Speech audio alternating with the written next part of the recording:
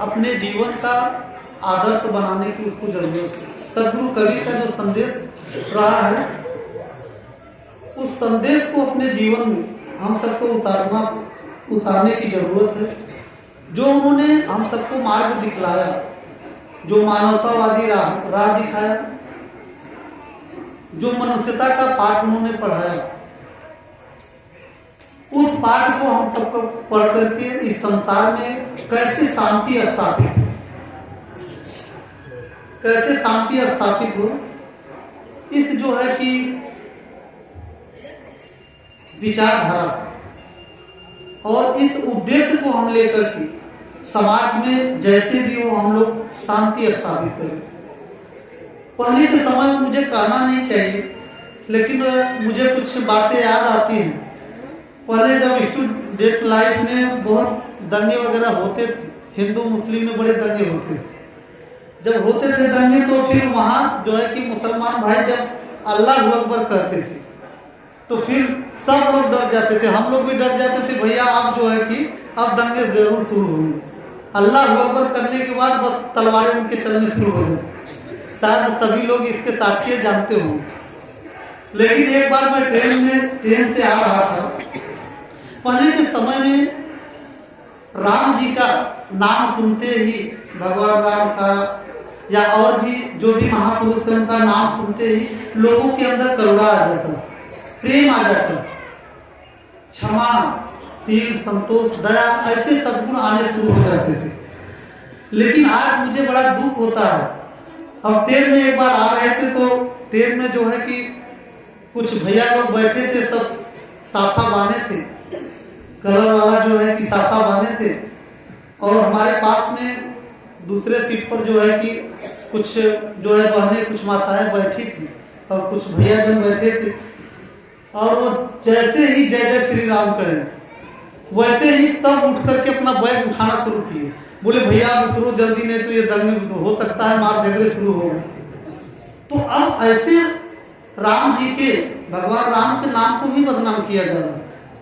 और ये सब चीजें समाज में जो उन सबके आदर्श थे, उस आदर्श को हम सबको अपने जीवन में उतारना चाहिए। कोई भी महापुरुष हो, सभी महापुरुष को जो अच्छे आचरण हैं, जो अच्छे आदर्श हैं, उसे हम सबको अपने जीवन में धारण करना चाहिए।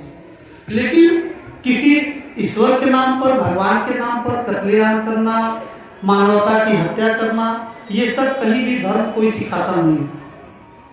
ये सब मनगढ़ंत धर्म है कि जो है कि लोग कहते हैं कि धर्म की रक्षा। अरे धर्म की रक्षा वो परमात्मा करते हैं, धर्म की रक्षा इंसान क्या कर पाएगा? भगवान की रक्षा इंसान करेगा। भगवान स्वयं जो कि संसार को संचालित करने वाले हैं, परमात्मा स्वयं संचालित करने वाले हैं, अल्लाह स्वयं पूरे संसार को संचालित करते हैं, गॉड पूरे संसार को संचालित करते हैं। लेकिन आज मनुष्य उनके नाम पर, अपने अपने भगवान के नाम पर आज मनुष्यता की हत्या कर रहा है, मानवता की हत्या कर रहा है। इसलिए हम सबको इस विचारधारा से ऊपर उठ करके सदगुरु कबीर का जो मार्ग रहा, उन्होंने करुणा और प्रेम की मार्ग लिखा। सदगुरु कबीर साहब के बड़े मुख्य पद हैं, एक साखी में पूरा धर्म समाहित हो जाएगा।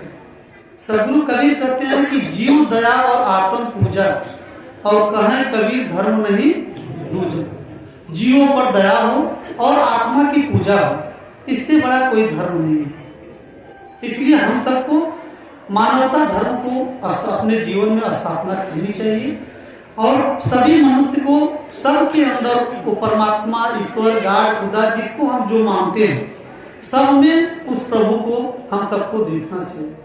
हमारे हिंदू भाई बड़े गर्व से भी कहते हैं कि कण कण में भगवान, और मुसलमान भाई भी क्या करते हैं, जर्रे जर्रे में खुदा। लेकिन शायद जो हिंदू हैं वो मुसलमान भाई मानते हैं कि इनमें अल्लाह नहीं होंगे, और हिंदू भाई भी मानते हैं कि मुसलमानों में भगवान नहीं है। तो इस सब जो हमारी ये चिंतन है, जो सोच है, हम सबको इस सोच को, जो इतनी निम्न सोच है, इसे हमें व्यापक बड़ा बनाने की जरूरत है।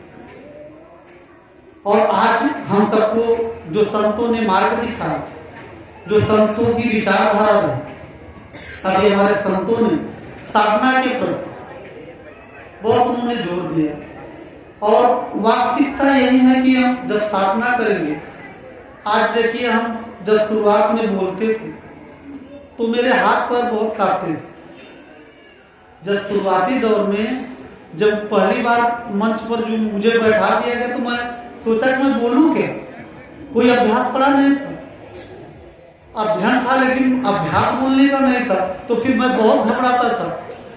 लेकिन ये भी जरूरी है कि हम अच्छी अच्छी वाणियां हम अभ्यास करके तो फिर हम अच्छे वक्ता बन सकते हैं। कोई भी बन सकता है, आप भी बन सकते हैं, कोई सभी संत बन सकते हैं, कोई भी अच्छे वक्ता बन सकते हैं। लेकिन अच्छे वक्ता से सुनने से जो भी हम वाणी वचन सुनते हैं उससे मोटिवेट हो सकते हैं। लेकिन अच्छा बोलना, अच्छा सुनना, इससे हम अपने अध्यात्म में प्रवेश कर सकते हैं, मोटिवेट हो सकते हैं। लेकिन उससे हमारे आत्म कल्याण नहीं हो सकता, उससे हमारी मुक्ति नहीं हो सकता। इसलिए हम सबको विशेष ध्यान देने की जरूरत है कि सद्गुरु कबीर का जो ध्यान योग है, उस ध्यान योग करने से आपके शारीरिक कष्ट, मानसिक कष्ट और आपकी आध्यात्मिक जो उलझने हैं वो आपकी साधना के द्वारा ही समाप्त हो सकता है। अन्यथा आप लोग कोई भी क्रिया कर लीजिए, किसी भी क्रिया के द्वारा, किसी भी जो हम कर्म करते हैं, किसी भी कर्म के द्वारा संसार में जो वाय जगत में हम कर्म करते हैं उससे हमें परम शांति नहीं मिलेगी। और शांति की तलाश सभी करते हैं, हर व्यक्ति शांति की तलाश करता है, हर जीव जगत शांति की तलाश करता है। कोई भी जीव दुख नहीं चाहते, चाहे पशु पक्षी हो, चाहे मनुष्य हो, चाहे कोई जीव जगत हो। आप देखिए कोई दुख चाहता है, चींटी से लेकर के हाथी तक कोई भी दुख नहीं चाहता, सब सुख चाहते हैं। आखिर क्या कारण है कि हम लोग सुख ही चाहते हैं, दुख को क्यों नहीं हम चाहते? अभी हमारे भगत जी यही प्रश्न जो है कि कर रहे थे कि साहब जी, हम हर इंसान, हर जीव सुख क्यों चाहता है? तो महापुरुषों ने जो परम शांति का जो हम सबको मार्ग, जो हम सबको संदेश दिया, वो संदेश जो है कि परम शांति लोग चाहते हैं प्राणी पदार्थ में, कि हम खूब धनवान हो जाएंगे तो मुझे परम शांति मिल जाएगी। नहीं, पल भर के लिए शांति मिल जाएगी। ये देखिएगा तीन पहलू है, मन, आत्मा और परमात्मा। ठीक इसी प्रकार से हम सबका तीन पहलू है, तीन कर्म होते हैं, तीन हमारे सत्कर्म होते हैं। एक सत्कर्म होता है और एक हम जो हम जीवन में करते हैं, एक ये कर्म होता है वाय जगत का, और एक अध्यात्म जगत का जो हमारा कर्म होता है। ये तीन कर्म होते हैं, जीवन में तीन पहलू भी होता है। तीन पहलू हमारे क्या क्या होते हैं? तीन पहलू हमारे बचपन, जवानी और बुढ़ापा। और इसमें लोग जो चाहते हैं कि 60 साल के उम्र के बाद ही भजन किया जाए, साधना किया जाए। हमारे एक भगत जी बोले कि साहब जी, हम तो दीक्षा लेना चाहते हैं, लेकिन पिताजी माताजी कहते हैं भैया अभी भक्ति न लो, अभी भक्ति मत लीजिए, 60 साल के बाद जो है कि तीसरे पल में जो है कि भक्ति लीजिए। तो नहीं, भक्ति हम सबको शुरुआत से ही लेनी चाहिए, बचपन से ही भक्ति लेनी चाहिए। और वास्तविकता ये भी है कि अगर हम भक्ति बचपन से करते हैं तो बच्चों को अगर ध्यान योग हम सिखाते हैं, बच्चों भी ये कहते हैं नहीं अभी ध्यान करने की क्या जरूरत है। लेकिन शिक्षा जगत में भी बच्चों के लिए बहुत जरूरी होता है। अगर ध्यान योग 10-5 मिनट अगर बच्चे जो है ध्यान योग करते हैं तो निश्चित है कि उनके पढ़ाई में भी उसका लाभ मिलेगा, उनकी एकाग्रता बढ़ती चली जाएगी, उनकी जो बुद्धि की प्रखरता है वो बढ़ती चली जाएगी। आज उसका प्रमाण है, बिहार में हम जाते हैं और बिहार में ऐसे छोटे छोटे बच्चे हैं जो कि 7 दिन अपनी पढ़ाई करते हैं विद्यालय में, लेकिन एक दिन ध्यान योग करने के लिए, और एक मुखिया माता जी हैं उनके पास में हम तो जब जाते हैं तो वहाँ भी आते हैं, बताती हैं कि साहब 100, 150, 50 जैसे लोग आ जाते हैं और छोटे छोटे बच्चे बच्चियां भी आती हैं वहाँ। लेकिन मैं जैसे प्रश्न उनसे करता था, कोई मेरा प्रश्न पूरा नहीं होता था, उनका उत्तर आ जाता था। उनके अंदर इतनी प्रखरता, इतना तेज आ गया था, क्योंकि जो उनकी चेतना है, वो चेतना जो है कि पढ़ाई और उसके बाद ध्यान योग, और 2-2 घंटे, 1 घंटे 2 घंटे ध्यान योग करते हैं वो बच्चे, और उनकी बुद्धि बहुत प्रखर होती चली गई, बहुत तेज तरह है। तो इसलिए बच्चों को भी ध्यान योग से जोड़ना चाहिए, और हम सबको भी ध्यान योग से जोड़ना चाहिए। और ध्यान योग कुछ समय निकाल करके अपना साधना करेंगे, ध्यान करेंगे, तो निश्चित है कि आपके जो भी संसार की समस्याएं, जो कि शारीरिक, मानसिक और जो भी आध्यात्मिक समस्याएं आ रही हैं ध्यान में, वो सब समाप्त हो जाएंगे।